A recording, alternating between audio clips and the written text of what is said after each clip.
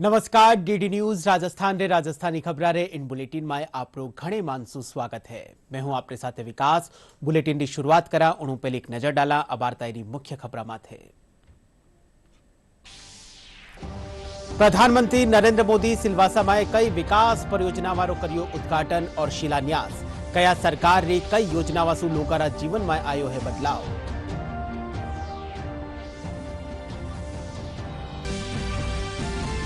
विधानसभा में इटावा राजकीय कॉलेज रा शिक्षका ने डेपुटेशन माथे लगावा। ढाणिया में पेयजल आपूर्ति और मनरेगा में स्थायी कामा ने लेर विधायक सरकार से पूछा कई सवाल।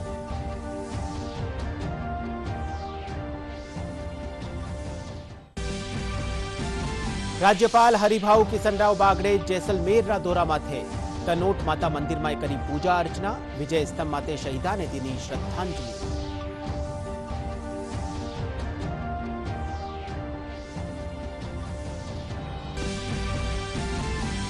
जयपुर में आयोजित एक राष्ट्र एक चुनाव सम्मेलन में केंद्रीय मंत्री अर्जुन राम मेघवाल करिया शिरकत। कया देश में एक साथे चुनाव होना सु विकास रा कामा ने मिलेली घणी गति। और टोंक में गौ कशीरी घटना माते हिंदू संगठन और गौ रक्षक करिया प्रदर्शन। जिला कलेक्टर ने सौंपिया ज्ञापन। दोषी लोगों के खिलाफ कड़ी कार्रवाई करवाई की मांग।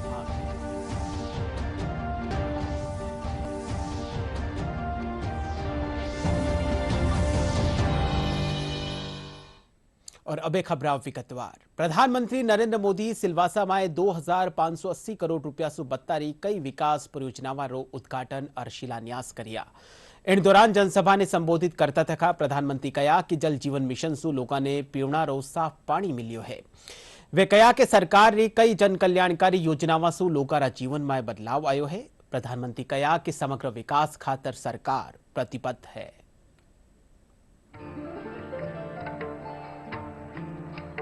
तत्पश्चात पगड़ी के साथ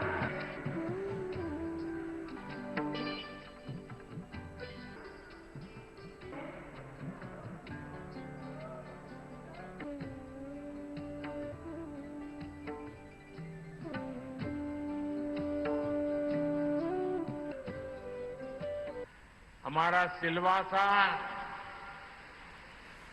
ये प्रदेश एक आधुनिक पहचान के साथ उभर रहा है। सिलवासा एक ऐसा शहर बन चुका है जहां हर जगह के लोग रह रहे। यहां का ये कॉस्मोपॉलिटन मिजाज ये बताता है कि दादरा नगर हवेली में कितनी तेजी से नए अवसरों का विकास हुआ है। साथियों, इसी विकास अभियान के तहत आज यहां 2500 करोड़ रुपए से ज्यादा की अनेक परियोजनाओं का शिलान्यास और लोकार्पण किया गया है। Infrastructure, connectivity, health care, education और टूरिज्म, यानी एक प्रकार से हर क्षेत्र से जुड़े ढेर सारे प्रोजेक्ट इस क्षेत्र के विकास को और गति देंगे। यहां नए अवसर पैदा होंगे।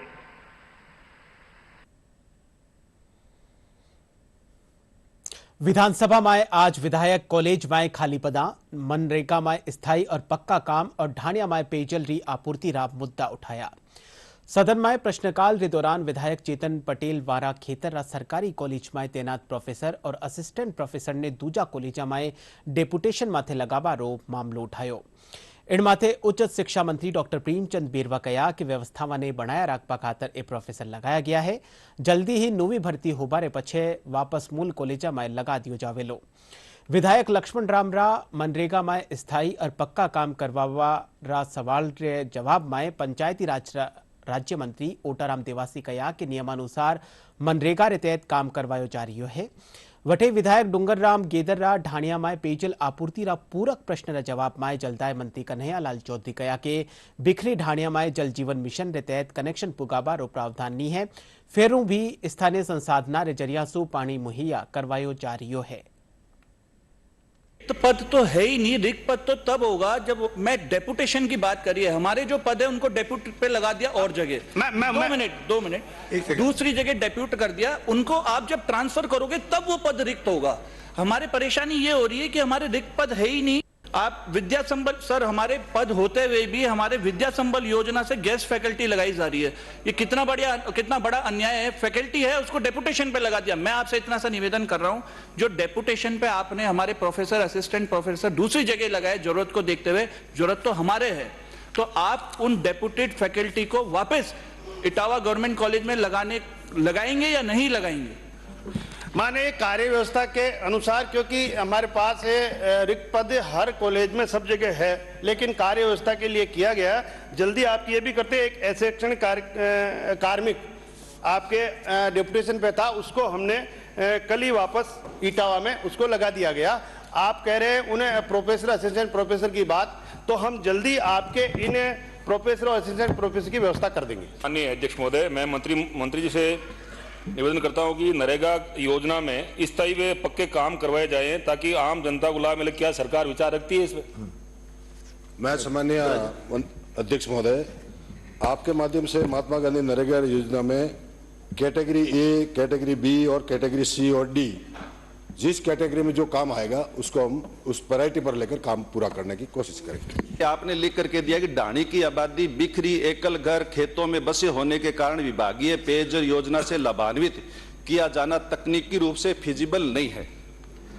तो मैं ये कह रहा हूं कि ढाणियों में जल संबंध करने के क्या मापदंड हैं और क्या इससे पहले जो कनेक्शन किए हैं वो सब इन मापदंडों पर खरा उतरते हैं, और जो ढाणियां बाकी हैं वो इन मापदंडों पर खरा नहीं उतर रही है, और नहीं उतर रही है तो फिर 30% आबादी को आप कैसे है वो पेयजल से यानी जल संबंध करेंगे? धन्यवाद। माननीय मंत्री जी। माननीय अध्यक्ष महोदय, 15 अगस्त 2019 को जब देश के यशस्वी प्रधानमंत्री मोदी जी ने हर घर में पानी पहुंचाने का जल जीवन मिशन जब चालू किया, तब उसमें गाइडलाइन बनी थी कि कोई भी 20 घर एक जगह हो या 100 की आबादी हो तो वहां तक पहुंचाएंगे। बाकी अगर अलग अलग खेतों के अंदर दूरी के अंदर है तो उसके अंदर योजना के अंदर जोड़ने का कोई प्रावधान नहीं है। फिर भी जहां कहीं पे ऐसा हो तो लोकल हैंडपंप है, ट्यूबवेल है, जहां जहां कहीं आवश्यकता तो लोकल सोर्स से ही उनके अंदर व्यक्तिगत रूप से उन पर पिलाने का प्रावधान है।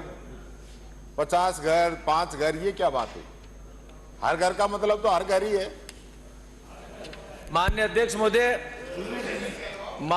महोदय, जिस तरह से राजस्थान के अंदर छितरी आबादी रहने की वजह से जहां दूसरे राज्यों के अंदर प्रति कनेक्शन जहां 50,000 रुपये आ रहा है या आज लगभग 1,80,000 रुपये का प्रति कनेक्शन खर्चा आ रहा है, उसमें जिस तरह से 10% पैसा इन्होंने और करने के बाद में एक कनेक्शन का 1,08,000 रुपये अब राजस्थान सरकार भुगत रही है।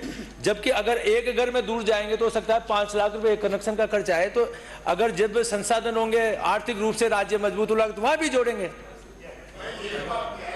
करेंगे। के अंदर छितराई हुई आबादी है, अन्य राज्यों के मुकाबले राजस्थान को अधिक पैसे की जरूरत है, इसलिए तो हम बार बार लेटर लिख रहे थे। वही बात आप कह रहे हो। राज्यपाल हरिभाऊ किशनराव बागड़े आज जैसलमेर रात दौरा माथे है। राज्यपाल तनोट माता मंदिर में पूजा अर्चना करिया। इन दौरान वे मंदिर परिसर में विजय स्तंभ माथे पुष्प अर्पित कर शहीदा ने श्रद्धांजलि दी।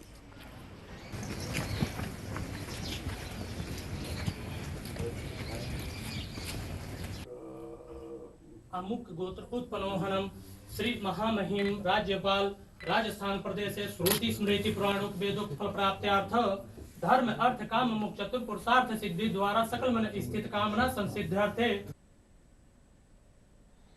एक राष्ट्र एक चुनाव ने लेर आज जयपुर में सम्मेलन रो आयोजन कर्यो गयो। कार्यक्रम में केंद्रीय कानून मंत्री अर्जुन राम मेघवाल मुख्य अतिथि रूप में शिरकत करिया। कार्यक्रम में केंद्रीय राष्ट्रीय व्यापारी कल्याण बोर्ड अध्यक्ष सुनील सिंघवी, जयपुरी सांसद मंजू शर्मा, एक राष्ट्र एक चुनाव प्रदेश संयोजक सुनील भार्गव समेत व्यापारी मौजूद रिया। सम्मेलन ने संबोधित करता थका केंद्रीय मंत्री कहा कि एक राष्ट्र एक चुनाव एक अच्छी पहल है। वे कहा कि न्यारा न्यारा चुनाव वेबासु बार बार आचार संहिता लागे है, जिनसु विकास रा काम प्रभावित होवे है। केंद्रीय मंत्री कहा कि एक साथ चुनाव वेबासु देश में विकास रा कामा ने घनी गति मिलेली।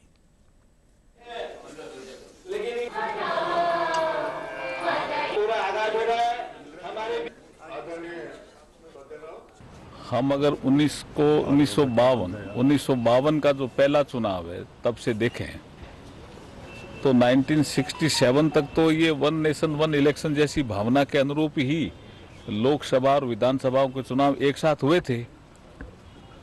तब ना तो संघीय ढांचे पे कोई प्रहार था, ना कोई दिक्कत थी। तो अब अगर लोकसभा और विधानसभा के चुनाव एक साथ हो जाएंगे तो जैसे कई बार विपक्ष आलोचना करता है कि साहब संघीय ढांचे पे प्रहार है, तो 52 से 67 तक नहीं था, तो अब कैसे हो जाएगा जी?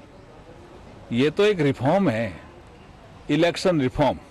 नहीं, चुनाव अगर एक साथ हो तो दिक्कत क्या है? हम डेमोक्रेटिक सेटअप की हमारी सोसाइटी है, सभी चुनाव एक साथ हो जाएं, उसके बाद 5 साल काम करने का मौका मिलता है। नहीं तो जो आचार संहिता के माध्यम से अगर किसी गांव में रोड बननी है तो कैसा, अभी तो आचार संहिता नहीं बनेगी तो गांव वालों को भी नुकसान होता है। अस्पताल में कोई चीज आनी है, बोला नहीं अभी तो हम नहीं दे सकते। CSR में भी कि अभी तो मॉडल कोड ऑफ कंडक्ट से हम नहीं कर सकते। तो ये जो लगातार मॉडल कोड ऑफ कंडक्ट लगा रहता है और उससे हमारे विकास की गतिविधियों पे भी विपरीत असर पड़ता है, उस दिशा में ये एक सुधार है। इस संगोष्ठी से मैं ये कह सकता हूँ कि इतना भारी समर्थन मिल रहा है और लोगों ने कहा है कि इस बात को हम जिले जिले तक ले जाएंगे और राष्ट्र को विकसित करने की श्रृंखला में माननीय मोदी जी के नेतृत्व में जिस प्रकार से आर्थिक जगत में हमारी समृद्धि बढ़ी है और माननीय मोदी जी जब आर्थिक जगत में हम अर्थव्यवस्था को आज 5वीं अर्थव्यवस्था से 3री अर्थव्यवस्था की ओर अग्रसर हो रहे हैं, तो उसके साथ साथ ही हमारी GDP कैसे बढ़े, हमारे खर्चे कैसे घटे, हमारी नीतियां कैसे समान लागू हो और हमारे शिक्षा में कैसे बढ़ोतरी हो, चाहे हमारा इंफ्रास्ट्रक्चर कैसे बढ़े, उन सब में चुनाव प्रक्रिया एक अपने आप में बहुत अलग व्यवस्था है। ये एक अभियान है, ये अभियान है सर्वसम्मति बनाने का, ये अभियान है जन जागृति का, ये अभियान है जनता का दबाव बनाने का। ऐसे विषय पर जो राष्ट्र हित का एक बहुत बड़ा मुद्दा है।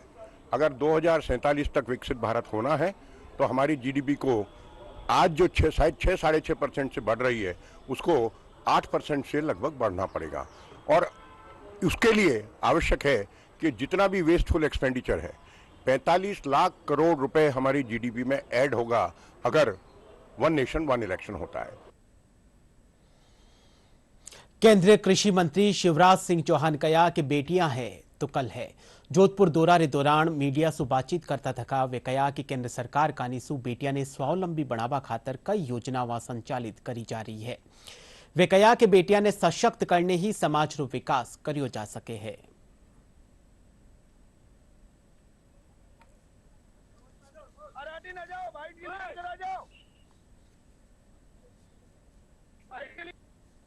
देखिए, बेटी दुनिया की ईश्वर की सबसे अनमोल निधि है।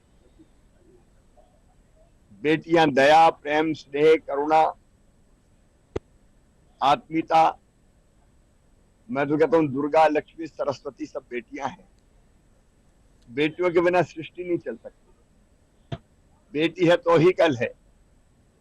बेटी नहीं बचाओगे तो बहू कहां से लाओगे।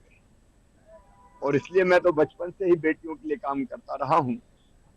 मध्य प्रदेश में पहली बार मुख्यमंत्री बनने के बाद लाडली लक्ष्मी योजना बनाई थी, जिसमें हमने तय किया था कि मध्य प्रदेश की धरती पर बेटी लखपति ही पैदा होगी। हम पैदा होते ही इतना पैसा सरकारी खजाने से उसके अकाउंट में डालते हैं कि वो पढ़ाई में भी काम आता है और जब बड़ी होती है तो 1 लाख रुपया से ज्यादा उसको मिल जाता है। कन्या विवाह जैसी योजना बनाई मुख्यमंत्री रहते हुए मैंने। 50% रिजर्वेशन स्थानीय निकाय के चुनाव में सबसे पहले बहनों को अगर दिया तो मध्य प्रदेश ने दिया। एक नहीं, योजनाओं की श्रृंखला है।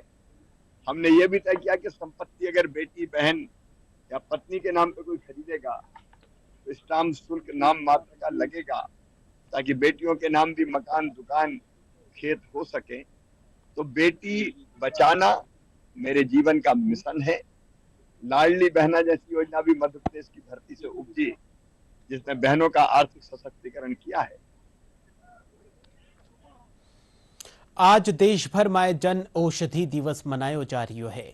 जेनरिक दवायारा इस्तेमाल करना और इन सारू जागरूकता बढ़ावा खातर ओ दिवस मनायो जावे है।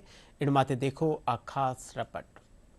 अगर आपको ब्रांडेड दवाओं से 50 से 80% सस्ती दवाएं मिले तो आपको ताजुब होगा, लेकिन ये सच है कि प्रधानमंत्री जनौषधि केंद्रों पर इतनी सस्ती दवाएं मिलती हैं। देश भर में 15,000 जनौषधि केंद्र खुले हैं, जहां गुणवत्ता वाली दवाएं 50 से 80% तक सस्ती मिलती हैं। जनौषधि केंद्रों पर 2300 तरह की दवाइयां और सर्जिकल उपकरण मिलते हैं। खास बात यह है कि 15,000 जनौषधि केंद्रों में से 40% केंद्रों को महिलाएं चलाती हैं। इस योजना के तहत बीते 10 साल में लोगों के 30,000 करोड़ रुपए की बचत हुई है। पिछले 1 साल में लगभग 4,500 जनौषधि केंद्र खुले हैं। आज इनकी संख्या बढ़कर 15,000 जनौषधि केंद्र हो गई है और हमारा लक्ष्य है 25,000 जनौषधि केंद्र तक पहुंचने का। साथ ही हमारे दवाइयों का प्रोडक्ट बास्केट जो है वो लगभग 2300 प्रोडक्ट्स का है आज की तारीख में। 2000 दवाइयाँ और 300 न्यूट्रास्यूटिकल्स हैं। तो इस प्रकार से इस सरकार के इंटरवेंशन से लोगों के पिछले 10 वर्षों में लगभग 30,000 करोड़ रुपए की बचत हुई है। प्रधानमंत्री जनौषधि केंद्रों पर दिल, डायबिटीज, बुखार, दर्द और कैंसर की भी दवाइयाँ मिलती हैं। यहाँ तक कि सैनिटरी नैपकिन 1 रुपया में मिलता है। ये दवाइयाँ बेहतर क्वालिटी वाली होती हैं। यही वजह है कि हर दिन करीब 12 लाख लोग जनौषधि केंद्रों पर जाते हैं। जो लोग जनौषधि केंद्र खोलना चाहते हैं उनको सरकार की तरफ से मदद दी जाती है। जनौषधि केंद्रों पर न केवल सस्ती दवाएं मिलती हैं, बल्कि ये रोजगार भी मुहैया कराती हैं। भारत की जेनरिक दवाइयां दुनिया भर में मशहूर हैं। दुनिया के हर 5 में से 1 व्यक्ति भारत में बनी दवा खाते हैं। सस्ती दवाओं की देश के हर आदमी, खास तौर से गरीब तक पहुंच हो, 25,000 जनौषधि केंद्र खोलने का लक्ष्य रखा है। बीकानेर में महिला दिवस रा उपलक्ष्य में वॉकथॉन रो आयोजन कर्यो गयो। म्यूजिकल ग्राउंड सु शुरू हुई वॉकथॉन मुख्य मार्गा सु वेती हुई कचहरी परिसर माथे पूरी हुई। वॉकथॉन में महिलावां गुलाबी रंगरा परिधान पहनर हिस्सो लियो। कार्यक्रम रे पछे प्रतिभागिया ने प्रमाण पत्र भी वितरित कर्या गया।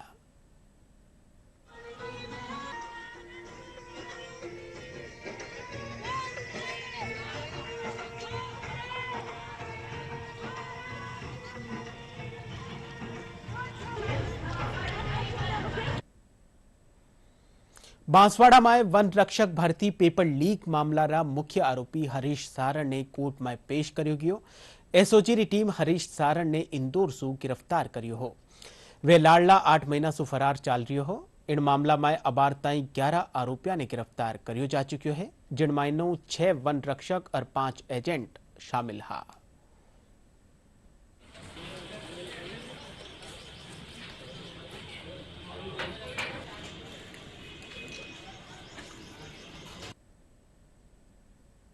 धौलपुर में नगर परिषद अतिक्रमण के खिलाफ अभियान चलार बड़ी कार्रवाई ने अंजाम दियो है।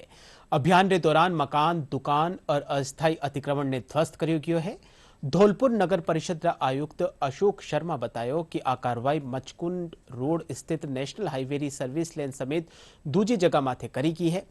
वे कहा कि अतिक्रमण के खिलाफ नगर परिषद कानीसु भविष्य में भी कार्रवाई करी जावेली।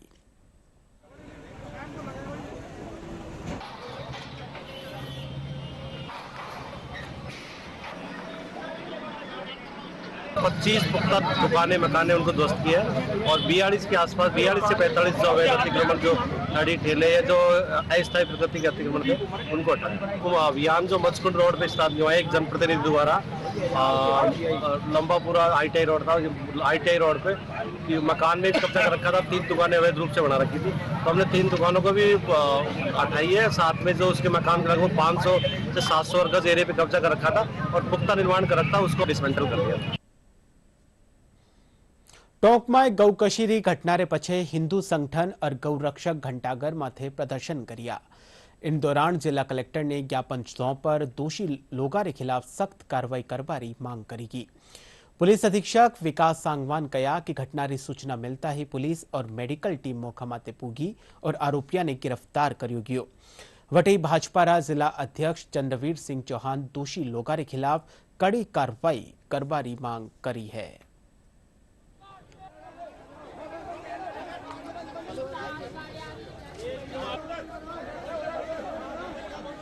देखिए, पुरानी टोंक थाना क्षेत्र में बारूद खाना जगह है जहां बीएसएनएल ऑफिस के पास आज बछड़े के सिर और पैर के अवशेष मिले थे।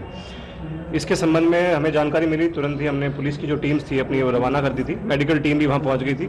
कुछ गौ सेवकों की टीम और जो समाज के लोग थे वो हम कलेक्टर साहब और मेरे पास पहुंचे, जिन्होंने इस संबंध में जो भी दोषी लोग हैं उनके विरुद्ध कठोरतम कार्रवाई और अगर इनकी पुनरावृत्ति ना हो उसके संबंध में हमें ज्ञापन दिया है। मैं आपको बताना चाहूँगा कि पिछले 6 माह में 2 बार ऐसी घटनाएं और हुई हैं जहां पे सदर में और बरौनी थाना क्षेत्र में है।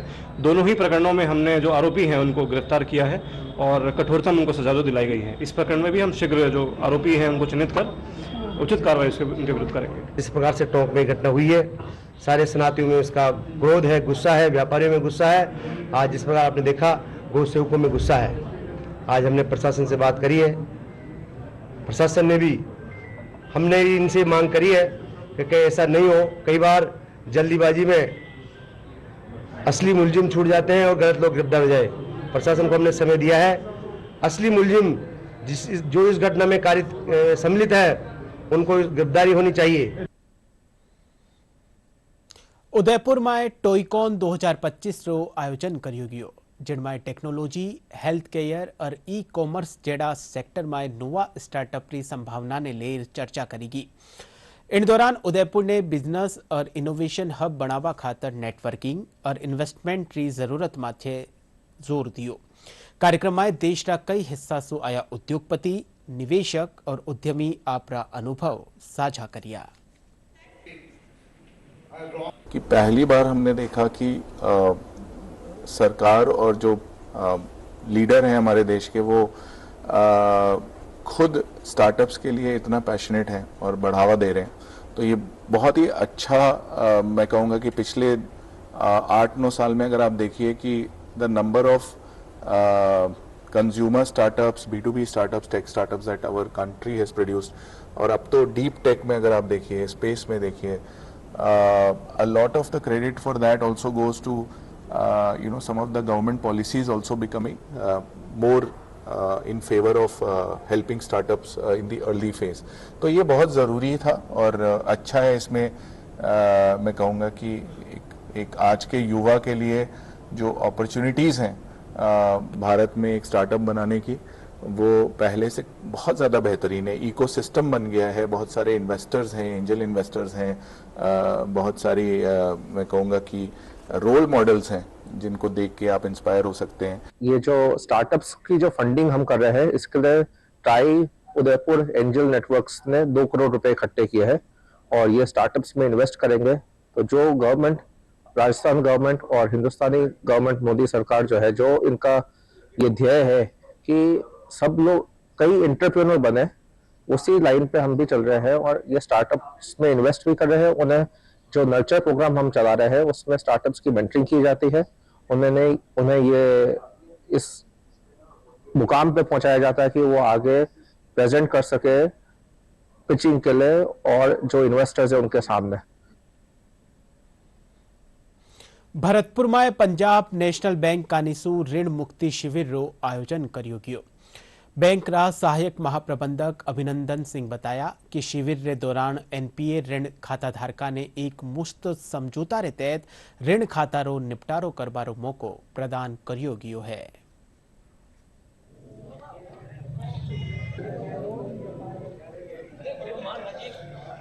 ग्राहकों को जो हमारे OTS की सुविधा है उसमें अलग अलग पावर में, वो उस सुविधा का ग्राहक मैक्सिमम लाभ उठा सकें और इन शिविरों के माध्यम से अपने ऋण खाते जो पुराने NPA हैं उनको छूट के साथ में बंद करा सकें। तो ऐसी करीब करीब शहर में आज पूरे देश में 200 शहरों में ऐसी कैंप लगे हुए हैं इन ग्राहकों को उसका बेनिफिट देने के लिए। मेरा बच्चा जो पहले एक्सपायर हो गया 18 मार्च 24, उसका जो लोन था उस लोन को 5 दिन लिया तो बैंक के सहयोग से सही हो। मेरा भाई था 6 जनवरी को एक्सपायर हो गया, इसमें ऋण था तो ऋण में काफ़ी लाभ दिया है, हमें छूट मिली है। अब हम उसको एक मुश्त जमा करा रहे हैं तो इसमें हमारे लिए काफ़ी छूट मिली है। हमने KCC कार्ड लिया था और KCC कार्ड ब्याज लगा के हमारा समथिंग 8 लाख समथिंग हो गया था। यहाँ उन्होंने बैंक वालों ने 3.5 लाख हमारा रिटायर कर दिया, हमें यहाँ बहुत ज़्यादा छूट मिली। और बुलेटिन रा आखिर में मुख्य खबरा एक फेरू। प्रधानमंत्री नरेंद्र मोदी सिलवासा में कई विकास परियोजनाओं कर्यो उद्घाटन और शिलान्यास। कया सरकारी कई योजनाओं से लोगों जीवन में आयो बदलाव।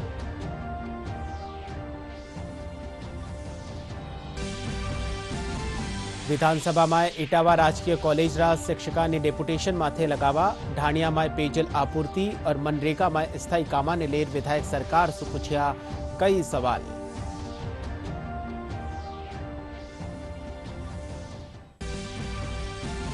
राज्यपाल हरिभाऊ किशनराव बागड़े जैसलमेर रा दौरा माथे। तनोट माता मंदिर में करी पूजा अर्चना। विजय स्तंभ माथे शहीदा ने दीनी श्रद्धांजलि।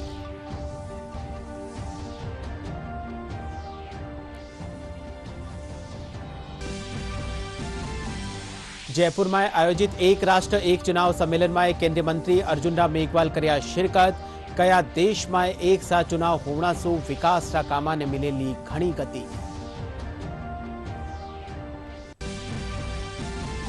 और टोंक में गौकशीरी घटना माते हिंदू संगठन और गौरक्षक करया प्रदर्शन।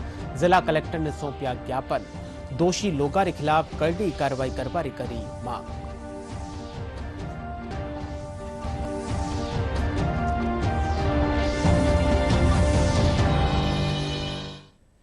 DD news Rajasthan social media रा सगला प्लेटफॉर्म माते उपलब्ध है। आप वटों भी DD न्यूज राजस्थान री खबरा ने देख सको हो। फिलहाल राजस्थानी खबरा रे इन बुलेटिन में फिलहाल इतो ही। आप देखता रहिजो आपरो चैनल DD न्यूज राजस्थान। नमस्कार।